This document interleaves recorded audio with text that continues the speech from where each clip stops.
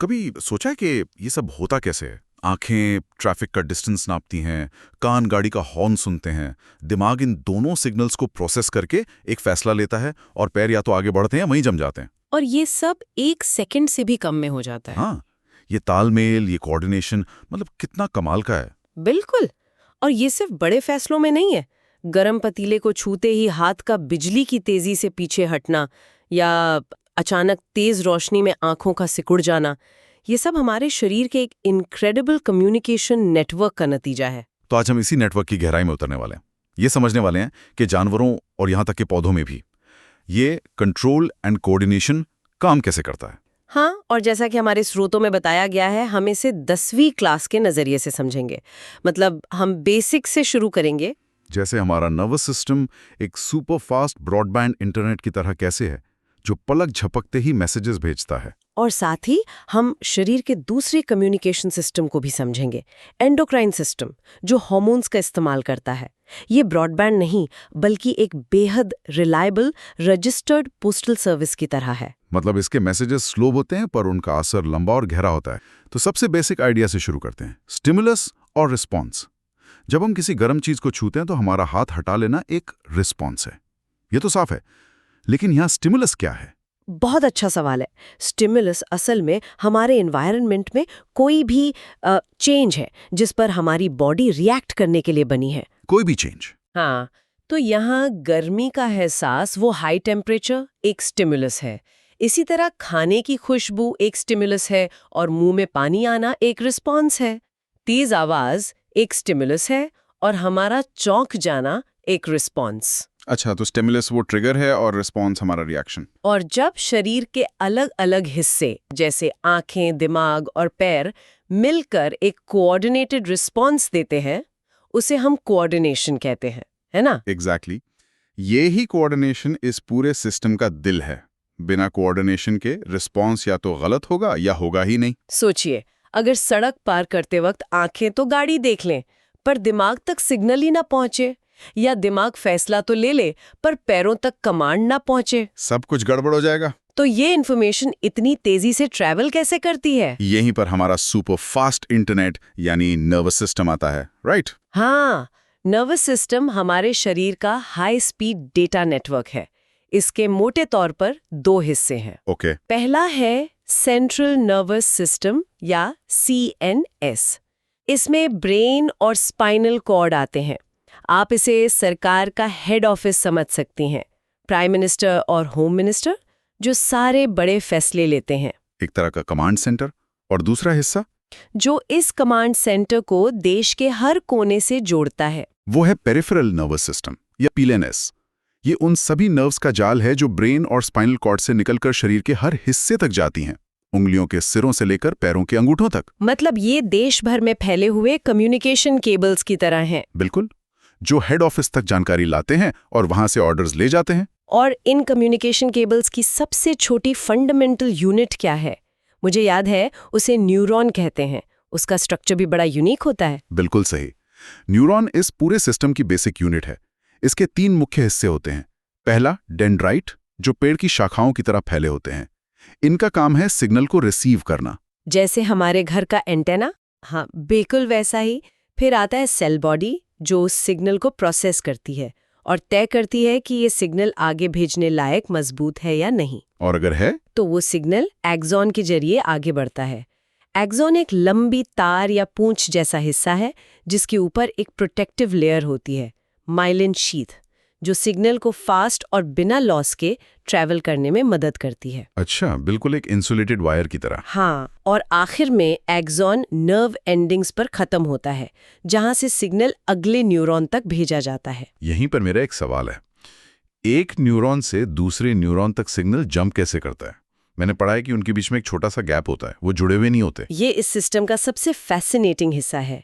Neuron के अंदर signal एक इलेक्ट्रिकल इम्पल्स यानी एक छोटी सी बिजली की लहर की तरह दौड़ता है। ओके। लेकिन 2 न्यूरॉन्स के बीच के उस माइक्रोस्कोपिक गैप को, जिसे सिनेप्स कहते हैं, ये बिजली पार नहीं कर सकती। तो फिर कम्युनिकेशन टूट जाना चाहिए। नहीं, यहीं पर हमारा सिस्टम एक बहुत स्मार्ट ट्रिक अपनाता है।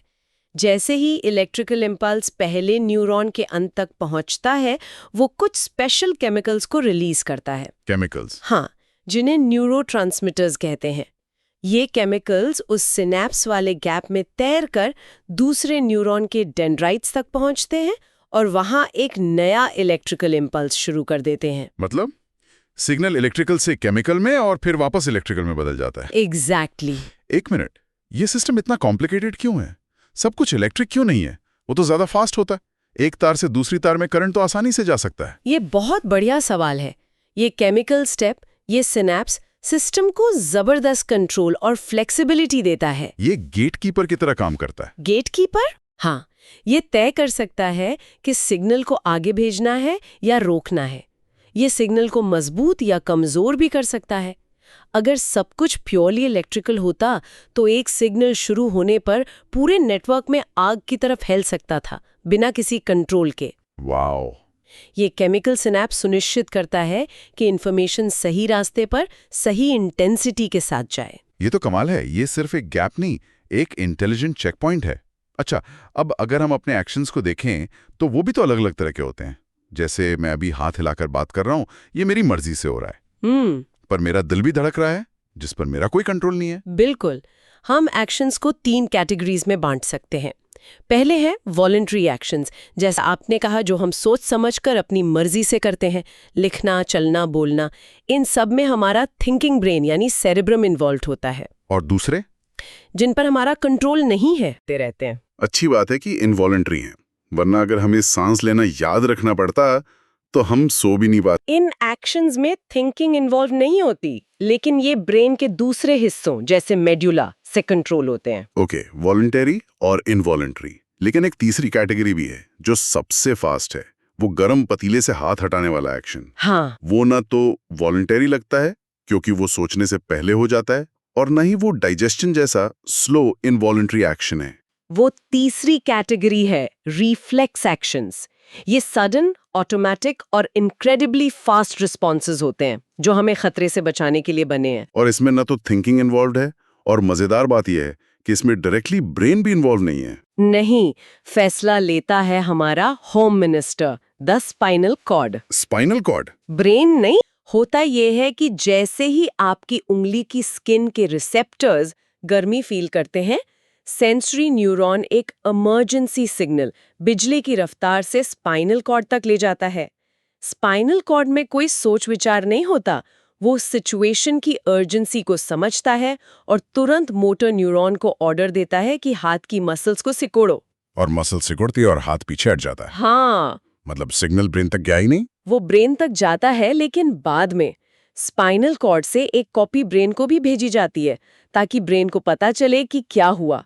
इसीलिए हमें दर्द का एहसास हाथ हटाने के बाद होता है। अच्छा, ये पूरा रास्ता रिसेप्टर से सेंसरी न्यूरॉन, फिर स्पाइनल कॉर्ड, फिर मोटर न्यूरॉन से इफेक्टर मतलब मसल तक, इसे रिफ्लेक्स आर्क कहते हैं।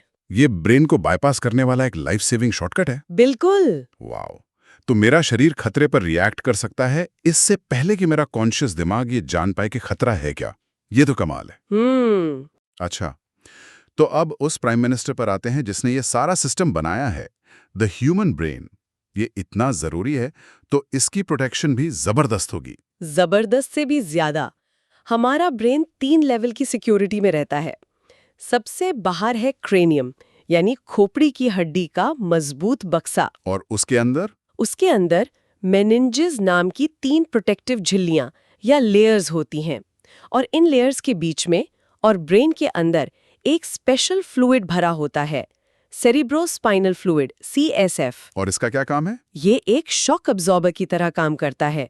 अगर हमें सिर पर हल्का फुल्का झटका लगे तो ये फ्लूइड ब्रेन को खोपड़ी की दीवार से टकराने से बचाता है। अच्छा, ये कुशन की तरह है। हाँ, ये ब्रेन को न्यूट्रिएंट्स भी पहुंचाता है और वेस्ट भी हटाता है।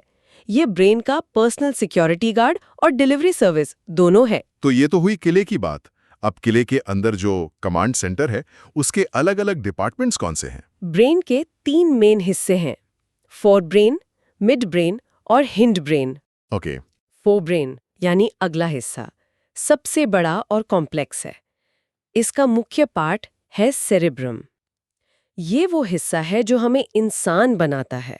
सोचना, याद रखना, सीखना, प्रॉब्लम सॉल्विंग, हमारी पर्सनैलिटी, हमारी इंटेलिजेंस। सब कुछ सेरेब्रम से कंट्रोल होता है। हाँ, ये मैं वाला हिस्सा है। मतलब जो हिस्सा अभी इस कॉन्वर्सेशन को समझ रहा है वो सेरेब्रम है। समझ गया। फोरब्रेन में ही हाइपोथैलेमस भी होता है, जो हमारे शरीर की बेसिक जरूरतों को कंट्रोल करता है, जैसे भूख, प्यास और बॉडी टेम्परेचर। ये शरीर का इंटरनल थर्मोस्टैट है। ओके। और मिड ब्रेन और hind brain? Mid brain, forebrain और हिंड ब्रेन के बीच एक ब्रिज की तरह काम करता है। असली मजा हिंड ब्रेन में है, जो ब्रेन का पिछला हिस्सा है। इसे आप ब्रेन का सबसे पुराना रेप्टिलियन हिस्सा कह सकती हैं। रेप्टिलियन ब्रेन मतलब ये लाइफ सपोर्ट सिस्टम चलाता है। इसके 3 मुख्य पार्ट्स हैं। पहला है सेरेबेलम। इसका काम है बॉडी का बैलेंस और पोस्चर मेंटेन करना। जब आप साइकिल चलाते हैं या एक सीधी लाइन पर चलते हैं, तो आप अपने सेरेबेलम का शुक्रिया अदा कर सकते हैं। अच्छा। दूसरा है पॉन्स, जो ब्रीदिंग को रेगुलेट करने में मदद करता है। और तीसरा, और शायद सबसे जरूरी, है मेड्यूला। मेड्यूला ऑब्लोंगाटा, सुना है इसके बारे में। हाँ, मेड्यूला हमारे सबसे क्रिटिकल इनवॉलेंट्री एक्शंस को कंट्रोल करता है। हार्ट बीट, ब्लड प्रेशर, सांस लेना, यहाँ तक कि उल्टी आना। ये वो हिस्सा है जो 24/7 काम करता है ताकि हम जिंदा रहें। ये हमारे जिंदा रहने का ऑटो पायलट मोड है। एग्जैक्टली। अगर किसी का सेरेब्रम, मतलब सोचने वाला ब्रेन, काम करना बंद भी कर दे, तब भी मेड्यूला दिल को धड़काए रखेगा। कमाल है। तो नर्वस सिस्टम तो हो गया हमारा हाई स्पीड इंटरनेट, लेकिन शरीर में कुछ काम तो बहुत स्लो और लॉन्ग टर्म होते हैं, जैसे बचपन से बड़े होने तक हमारी ग्रोथ। इसके लिए तो इंस्टेंट मैसेज काम नहीं करेगा। इसके लिए तो कोई स्लो और स्टेडी सिस्टम चाहिए होगा। आपने बिल्कुल सही पकड़ा। यहीं पर शरीर का दूसरा कम्युनिकेशन नेटवर्क आता है, the endocrine system. Registered post वाला। हाँ, ये केमिकल मैसेंजर्स का इस्तेमाल करता है, जिन्हें हार्मोन्स कहते हैं। ये ग्लैंड्स नाम के स्पेशल ऑर्गन्स में बनते हैं और सीधे खून में छोड़े जाते हैं। खून में? हाँ। नर्व्स की तरह इनका कोई डेडिकेटेड तार नहीं होता? नहीं, और यही इनकी खासियत है।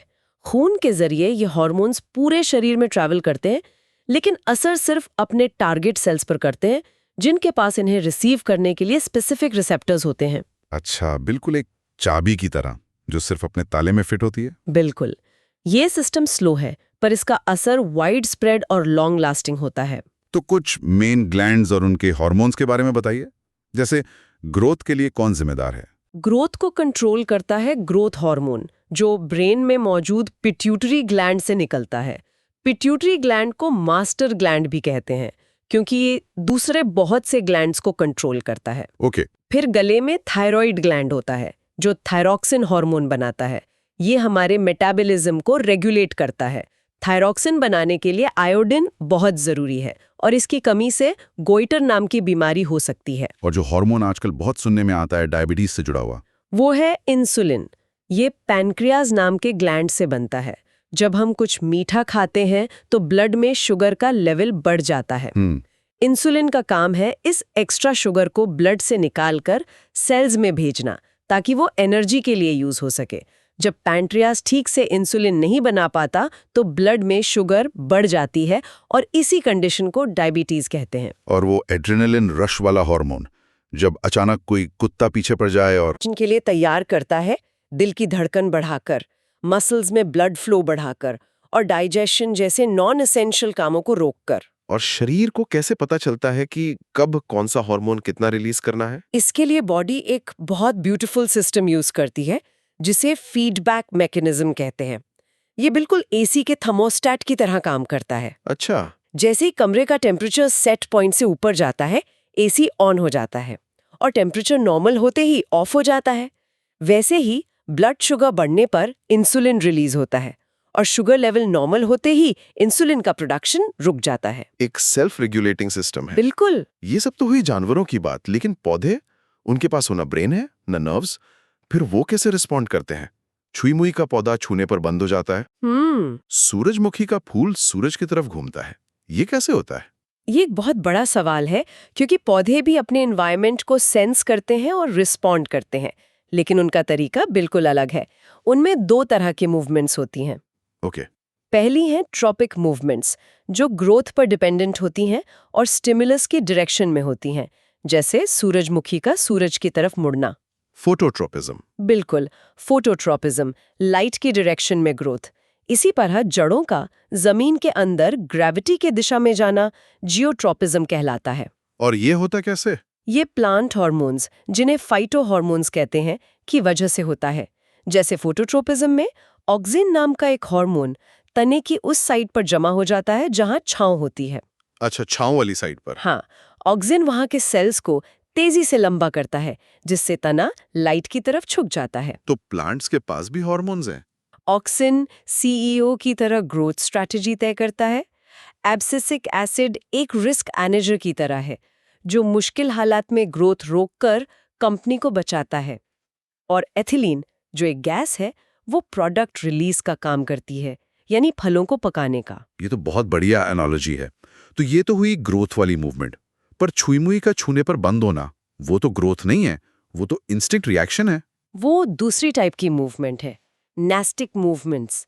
ये ग्रोथ पर डिपेंडेंट नहीं होती और नॉन डायरेक्शनल होती हैं। Non directional. हाँ, छुई-मुई के मामले में जब हम पत्ती को छूते हैं तो एक इलेक्ट्रिकल केमिकल सिग्नल फैलता है, जिसकी वजह से पत्ती के बेस पर मौजूद सेल से पानी तेजी से बाहर निकल जाता है। पानी। हाँ, पानी के प्रेशर या टर्गर प्रेशर के कम होते ही सेल्स ढीले पड़ जाते हैं और पत्तियां बंद हो जाती हैं। थोड़ी देर बाद पानी वापस भरता है और पत्तियां फिर खुल जाती हैं। मतलब नर्व्स न होते हुए भी एक तरह का सिग्नल सिस्टम और हाइड्रोलिक प्रेशर का इस्तेमाल। कमाल है ना? तो हमने देखा कि कंट्रोल और कोऑर्डिनेशन कितना कॉम्प्लेक्स और शानदार सिस्टम है। एक तरफ बिजली की तेजी से काम करने वाला नर्वस सिस्टम, जो हमें खतरों से बचाता है और दुनिया को एक्सपीरियंस करने में मदद करता है। और दूसरी तरफ हार्मोन्स का स्लो, स्टेडी और पावरफुल नेटवर्क, जो हमारी ग्रोथ, मूड और बॉडी के लॉन्ग टर्म प्रोजेक्ट्स को मैनेज करता है। और हमने ये भी जाना कि पौधे बिना दिमाग के भी हार्मोन्स और वाटर प्रेशर जैसी सिंपल चीजों का इस्तेमाल करके अपने एनवायरनमेंट को कितनी स्मार्टली रेस्पॉन्ड करते हैं। आज की इस पूरी चर्चा से एक सवाल मेरे दिमाग में घूम रहा है। हमने बात की कि रिफ्लेक्स आंख हमें बचाने के लिए ब्रेन को बाईपास कर देता है, पर बाद में ब्रेन को मैसेज जरूर मिलता है, जिससे हम दर्द महसूस करते हैं और उस एक्सपीरियंस से सीखते हैं। तो क्या ये हो सकता है कि हमारी बहुत सारी इंस्टिंक्ट्स या गट फीलिंग्स असल में हमारे ब्रेन द्वारा याद रखे गए हजारों ऐसे ही छोटे छोटे सबक हैं? मतलब ऐसे अनुभव जो इतने तेज या इतने मामूली थे कि हमने उन्हें कभी कॉन्शियसली प्रोसेस ही नहीं किया, पर वो कहीं सबकॉन्शियस लेवल पे रिकॉर्ड हो गए। क्या हमारी गट फीलिंग असल में हमारे स्पाइनल कॉर्ड और पुराने ब्रेन की सीखी हुई विजडम है? इस पर सोचिएगा जरूर।